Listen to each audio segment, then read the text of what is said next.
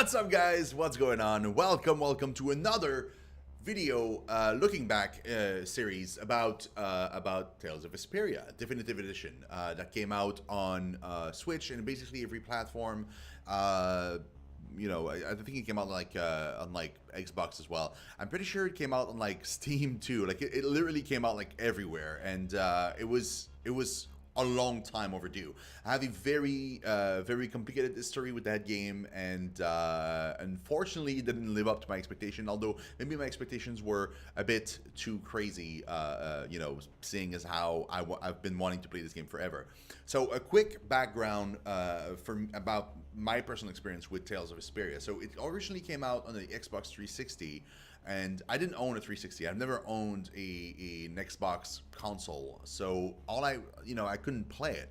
And at that time, I was working at a video rental store, and we had consoles that we were renting out and stuff. So I decided, you know what, I'm gonna rent a console. I'm gonna rent a 360. I'm gonna rent a game, and I'm gonna play it. So that's what I did. And I brought the console in. I started playing the game. I played it the first 2 hours of the game. I was in love with it. I was in love with the characters. I was loving it. And then the console red ringed. And yeah, so I couldn't play the game anymore. I was stuck, and we didn't have another one to rent at that time, so we couldn't rent another one. So I brought back the console broken, Thankfully, I was working there, so I didn't have any issues. But still, like, it really sucked. And I was unable to play the game. And I never got the chance to play it again. When they announced, like, there was going to be a PS3 version of the game that was going to be complete, I was super duper excited. I was like, oh my god, yes, I'm going to be able to finally play that game. And then it only released in Japan, so I couldn't play it. So I was super disappointed, and that game alone made me want to learn Japanese just so I could freaking like import it and play it, because I didn't want to go and buy like a 360 console just for that game. Now, like much later on, like today, we finally have a version that is released everywhere, and we have the Japanese voiceovers on top of everything else, which is freaking fantastic. So that's what I used. I played the Switch edition of the game, and I used the Japanese voiceover for my playthrough. You can, as always, guys, you can find all my playthroughs of all the titles I talk about and everything else. Everything is on my YouTube channel. Just go in there, and if you want to see me live, twitch.tv/ShinoSeven.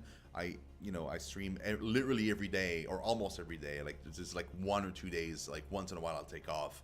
At 6 p.m. EST, I stream, and we stream JRPGs and only JRPGs and RPGs and action RPGs, but anything that is an RPG essentially. You won't see a shooter there. Sometimes I'll stretch that definition a little bit to include indie titles, but most of the time, it's those games. So yeah. So I played the game on stream. I played the game for about 20-25 hours, honestly, and this video is essentially going to be my opinions. If as always, like pros, cons, and should you buy the game or not, based on the price point, but also like what does the game offers to you personally. Are you going to like it or not? I don't give scores. I never do. So this is just like, again, my opinion on the title. Now you can, scores, everybody does scores. You can go anywhere else to get a score. This is my personal opinion on the title. Now, let's begin. Let's do it. So, pros. Tons of pros. This game is really freaking good. The graphics are gorgeous. Honestly, best characters in a Tales game that I played, period. The entire roster is fantastic. Everybody is hilarious. I honestly never had more fun playing with different characters. They're just amazing. They are literally amazing. For that reason alone, I personally would play this game. Like, that's how good the characters are. They're incredible. Okay, they're really fun. The writing and the VA in Japanese especially is freaking good. It is so good. I was having so much fun listening to them banter and talk with each other and just interact and stuff. Like, honestly, just that alone, just the writing of the dialogue and just the characters and the way they talk to each other and the different relationship that creates as you progress in the story and stuff is just nuts. It's so freaking funny. So that was great. I really like also having a main character that is not like a typical hero. Like, he's not a hero. He's just, he doesn't give two shits. In fact, like, he's just doing his own thing and just whatever. Like, people just tend to tag along with him, but like technically, like, he's not like the superhero that's supposed to save the world or something. Now, the soundtrack is pretty good. I quite enjoy it. However, honestly, on the top of my head, I can't really remember a lot of the things, like a lot of the songs and stuff. Like, there's not a lot that I can point to and be like, oh my god, this specific sound, song was great for that area, and I'll always remember it. So it does a good job, but it's not like, a super amazing, incredible soundtrack. It's a good soundtrack. The world building is great. So many freaking cool locations. Just on the top of my head, like the one city you go to that's like literally like they're protected by this like tree, right? So every city, well, I should explain a little bit. So in the world itself, every city can be attacked by monsters at any point. The only reason they're not being attacked is because of what they call blastias and blaster cores specifically. They are in the cities, and they provide like a shield of energy that prevents monsters from just entering the city and just killing everybody.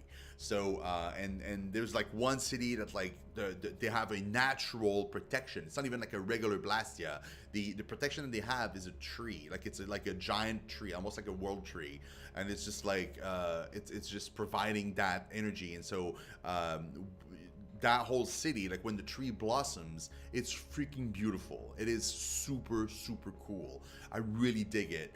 There was another city later on that you go to, and it's just like this big, massive, like almost like a university city. And like, you go into like that one building to try and like get like it's like the inn, but it's also like a research place, and it's literally just a giant library.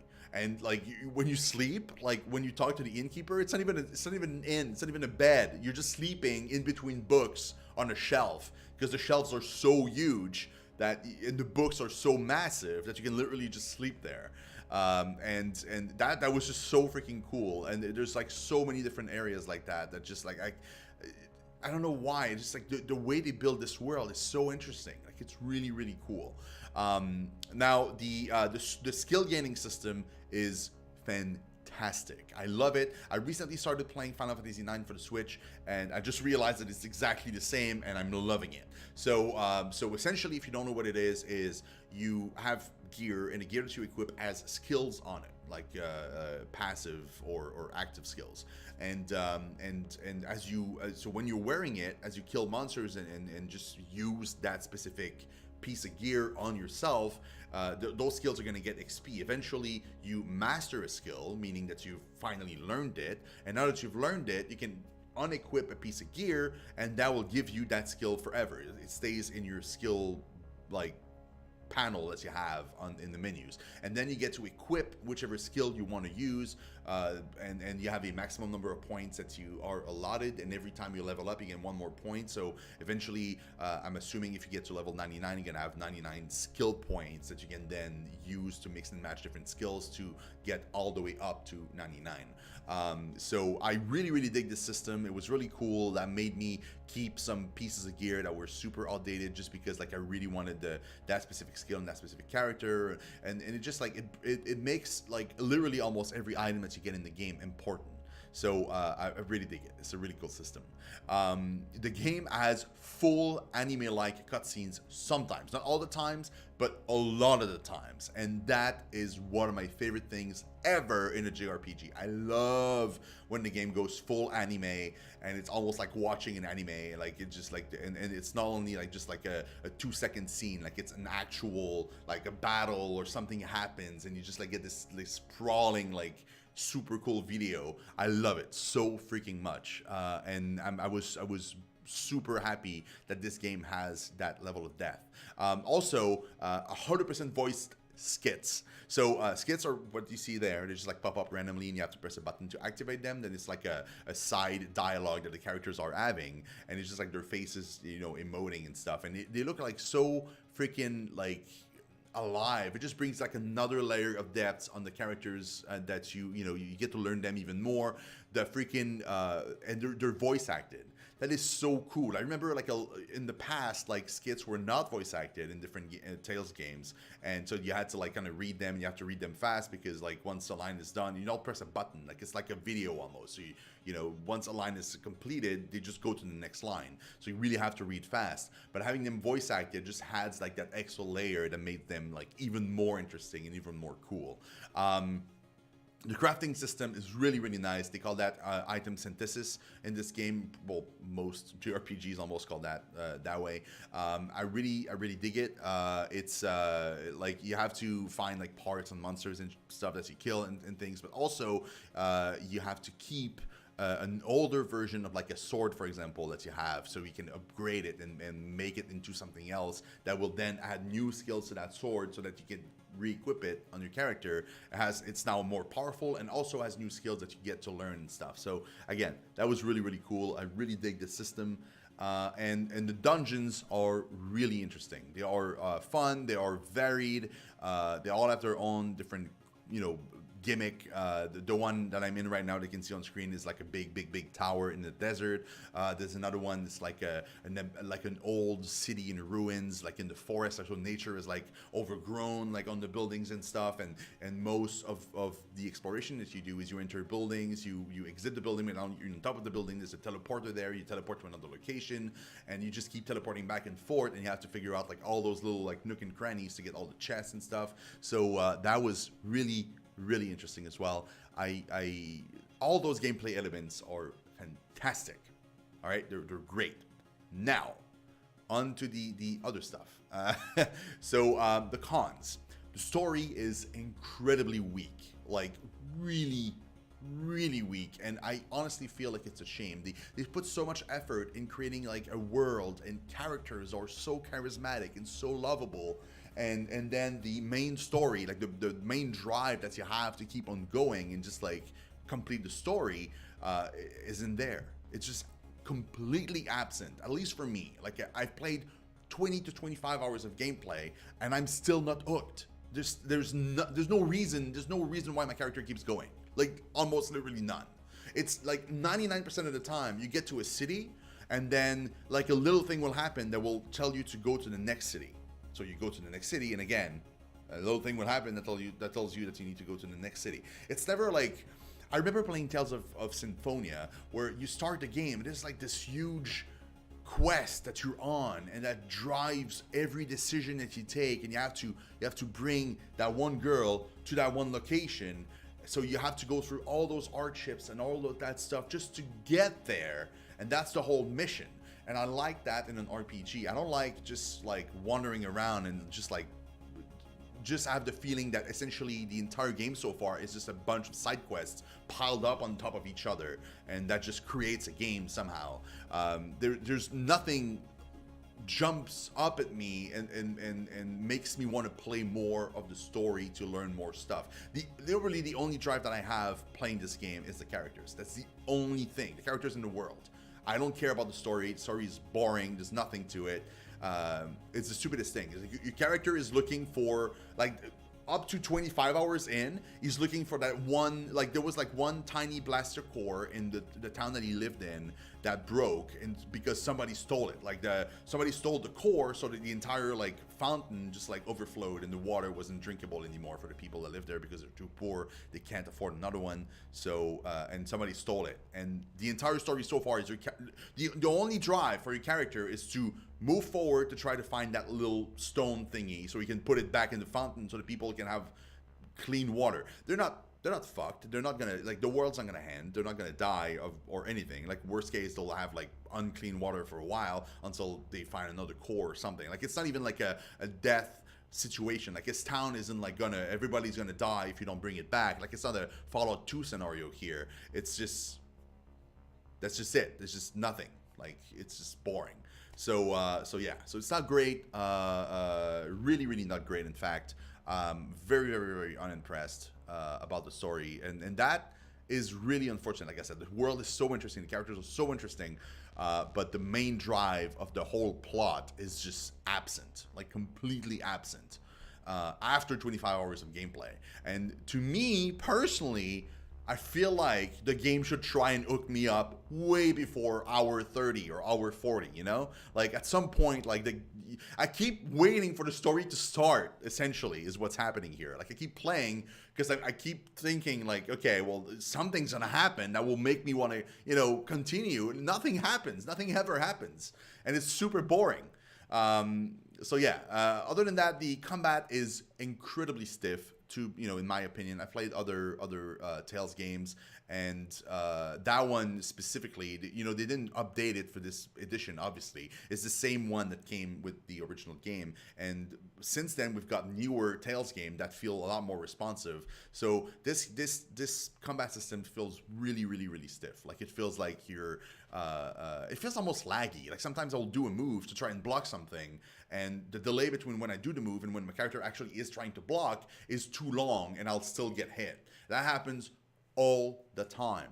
And whilst I don't mind pushing through the game and still doing the combat and stuff and pulling through the whole system, it's really unfortunate because the game really needs that extra responsiveness in the combat system, especially when you're playing like a melee characters, because you're gonna be in the face all the freaking time. And yeah, you don't even have a backstep. Like backstep is a skill you learn off of an item. If you manage to not find that item, or you just like don't upgrade it properly or whatever, and you just lose that ability, you don't have it. So you can never backstep. You can never like do the sidestep or something to try and get out of the way from an attack or something if you don't have enough block, or if you're not blocking in time or whatever. Like it's really unfortunate. Like a lot of stuff is gated that way, and the overall combat, like I said, just feels bad in my opinion. I didn't like it at all.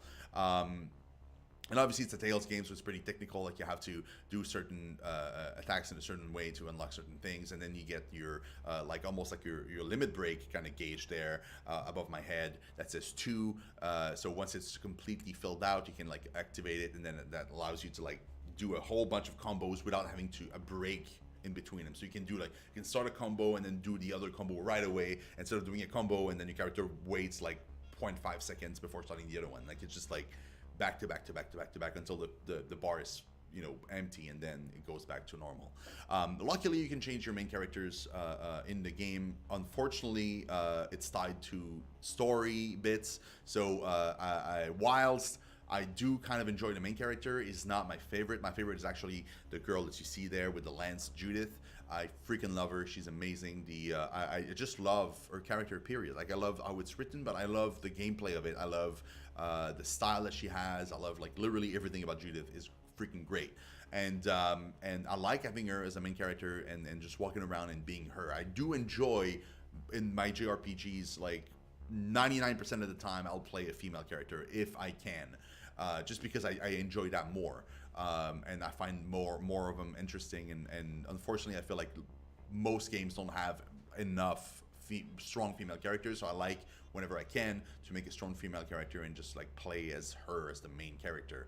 Now, like I said, unfortunately it's tied to the story, so that means that before you get her, you don't get to play as her, obviously. And also, even once you get her in your party, for whatever reason, the game decides to separate the characters, which happens a lot. Like you get into a town, and most of the time it's like, I wouldn't say like 10 out of 10 times, the characters will be like, oh, you know what, I want to do this, and the other character will be like, oh, I'm gonna go and check the store, and then I'm gonna go and pet that dog over there. And so like it says like, oh, the party split up. So you're only controlling your main character again. So you're walking around controlling him, and then eventually you'll reunite with everybody. But like sometimes you'll be in a situation where like, oh, you have to fight, right? So you are in a situation where you start a fight, and then you don't have your full roster. So you have to switch back your character and place them in the order that you want, so that you get Yuri back as the main character that you control, or whatever else other character you want to play. And then whenever you get Judith back, you have to go back in the menu and again switch her back so that she's again the main character. And the AI, there's some like active skills that are only for when you play a character. Like if you're not playing it and it's only the AI, they don't need those skills, because they just don't. Like it's like a combination of buttons that you have to press to do a specific thing. So if you're not controlling that, the AI character is just not going to need that specific skill. So that sucks, because like if Yuri is my secondary character and I'm using Judith as my main, then I remove all of them from Yuri, so that way I can equip him more skills that are relevant to his character, right? To the fact that he's controlled by an AI. But whenever I lose Judith for whatever reason in a cutscene, and then I have to go into a combat without her, and then I go back into Yuri, then Yuri doesn't have his stuff. Like I have to re-equip all of his skills again, and I have to do that every freaking time I have to, that happens, and the characters switch around. So that's really annoying, and it gets old really fast.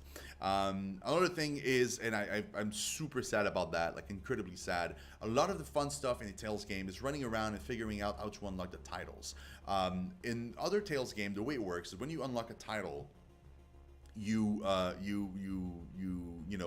do something. It's almost like an achievement. Like you do something, and then it says like, oh, this character unlocked whatever. Like unlock a title. Like for Tales of Symphonia, for example. Like if you play a certain way and you do a certain cutscene or whatever, and I don't know, like the Colette will like trip and she'll get the title Klutz.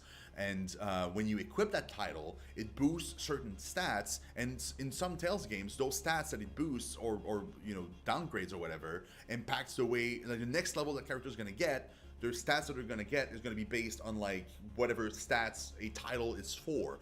So that gives you like more liberty to create different style of characters, and you can even like swap a title for another to have a bigger boost every time you level up, or like change the way a character that just like feels depending on what titles you have equipped. So it's always cool because it's like you're doing something in the game that unlocks a title, almost like an achievement, but when you equip that title, it gives you something else. And all it does in this one, nothing.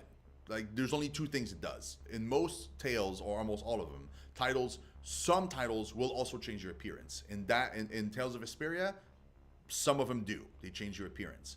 That's all. The other titles, they serve no purpose whatsoever except for unlocking an achievement at the very end of the game that says, hooray, you got all the titles. Like that's all it does. There's nothing. So every time I unlock like a title and it says like congratulations, like Yuri is can now be called whatever, because you got like that one cutscene that you don't always get that unlocked the title, and that gives nothing. There's no reason for it at all. No reason whatsoever. Like that's super weird. Also, I had a weird bug where when you go into the status menu in most RPGs, JRPGs, that gives you like a cool like art, like 2D art of your character, and then like sometimes you'll have like a 3D model you can spin around and stuff, and that's cool when you have different costumes, and then you can look like a different way and stuff.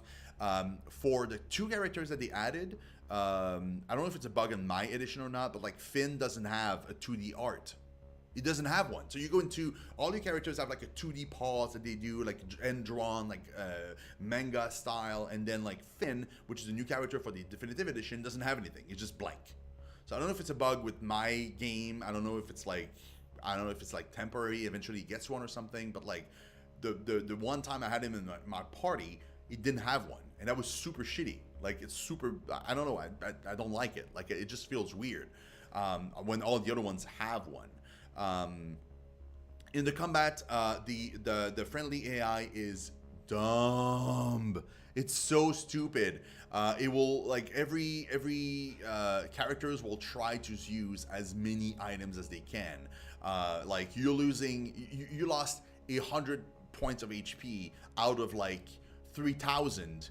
They'll freaking try to heal you. Like they'll try to cast their best healing spells to heal you up, which is dumb because then they run out of mana, and to pick up their MP points, they drink like all your items. So every time I go to a store now, I stock up on like all those items, because every time they freaking go through all of them so freaking quickly. Like the healer will have like 10 MP missing or TP missing, and they'll be using an item to get it back, like right away. Like just there's no reason. Don't like wait until you're at 0 or something, and then pick, or like close to being at 0 and then pick something up. It's like it's really poorly programmed. They're really dumb, and on top of it, you cannot like properly set them up. Like there's an AI section in the menus, but it's super duper simplistic. There's barely no options. In Tales of Symphonia, you can really set them up. You can be like, okay, in that situation do this, in that other situation do that stuff. Now in this, it's like it applies for all characters at once. It's like, generally, I would like you to be more that way, and it's a super vague way. Like in Tales of Symphonia, I remember I could set up like, I want that character in that situation to do this, and I want that character in that situation to do that other thing. In this game, it's like, all of my friends, I want you to be slightly more defensive. That's basically all I can do. And I can obviously, like in all Tales, have like a bunch of like a combination of buttons that makes one character do a specific command. So like I can trigger certain attacks, but I'm limited to like, let's say 4. So I have like one attack that I can make is like Finn, another one is another attack from Finn, another one is like a spell from Estelle, and so on and so forth. So it's really very, very limited options. I don't know why they made it that way, but I don't like it. I really, really don't like it. Also, there's a weird item limitations. So essentially, you can only pick up 15 of one item. That's not the limit, by the way. So you can, like, you go to a store, you can buy a maximum of 15 of one item. That is it. Even if you have more money, you cannot get more. However, if you end a fight and the fight gives you that specific item, then it can go up above 15. That's fine. You can totally go up above 15 if you do like, if let's say I buy 15 magic lenses and then I do like 3 fights in a row that give me 3 magic lenses every time, they will go above 15. I will have more than 15. But if I have 15 magic lenses and I find one in the chest, I can't pick it up. I have to throw it away if I want to complete that chest so it's marked instead of being like unopened on the map. Like it's so weird. It is so incredibly weird. Why? Most games, if not all games, all JRPGs will allow you to go to 99 of an item. Like, there's no reason why you should be stuck with 15 of an item. It's such a weird limitation, and I freaking hate it. Like, it's so weird, so incredibly weird. And then there's also like the fact that the world map is pretty empty. Unfortunately, in between like 2 dungeons or between like 2 cities or 2 like landmarks, there's like nothing. Very, very rarely, if at all, will you get like a treasure chest like hidden in the corner of the map. Like my personal recollection from Tales of Symphonia, I might be wrong, but I seem to remember that sometimes when I would go like really out of my way to explore every nook and cranny of the world map, I would find treasure chests and stuff just like stuffed away that are worth exploring. In this game, like I think if it happened, it must have happened once. Like all the other time, even if you go to the very, very edge of like there's like an outstretch of land that goes a certain way and you're like, oh, maybe there's going to be something hidden there, and you go all the way there to find out that there's absolutely nothing, and then you have to come back to the freaking town you were at or something. Like there's no reason to explore the world map at all except from going one point to the other, you know, because of story reasons. So so that's another con. Like it's really, really unfortunate. So overall, should you buy this game? Well, yes. I know I just spent like a bunch, like a good like 15 minutes shitting on the game, but it's like even though the story is weak and a bunch of other stuff like are just like aggravating, I feel like the game itself, just for the world building and the writing of the characters and the voice acting and just the characters themselves, just for that reason alone, I want to say that it was a good purchase. Like I don't regret buying this game just for those reasons alone, because they're so good. It is one of the best, if not the best world building I've seen in a Tales game. And for sure, in my personal opinion, these are the best characters in a Tales game. I love every single one of them. They have amazing interactions between them, and it's just so much fun. It seems like the writer for the characters add fun writing the characters, and the characters seems like they're having fun together, and you're having fun with them. I was laughing so hard so many times, and through that 20 hours of gameplay, 25 hours of gameplay, that it is worth a buy. Now the game itself is pretty expensive. For a Switch game, for example, like it's like a $50 price tag, and that's for the eShop price. Obviously, if you want to get a physical edition, which I did get, I have a physical. In fact, I think I have it with me right here. Yes, I do. It's pretty expensive. Okay, like especially like if you consider in shipping and stuff, depending on where you get it from, it can be expensive. And I urge you to keep in mind that if you're grabbing a JRPG or any game for that matter, and you're grabbing it for story reasons specifically, you want him to be, you want it to be for a story that you enjoy, then this one is probably not for you, because the story itself of the game is pretty boring. But if you're grabbing a game, just have a good time and laugh a lot and just like enjoy like a good Tales game, this can be for you. It just has some grating, weird decision that were made when they made the game that I can't get behind, and I'm having a lot of time, like a hard time getting past. And that actually has prevented me from enjoying some part of the games. But I still would recommend the game. Like I said, for the characters, just for the characters alone, the game is worth playing. So yeah, that was my opinion for Tales of Vesperia Definitive Edition. Please grab it or not, depending on if you liked what I said or not. And yeah, I will see you guys in another looking back video. And yeah, have a good time. Bye bye.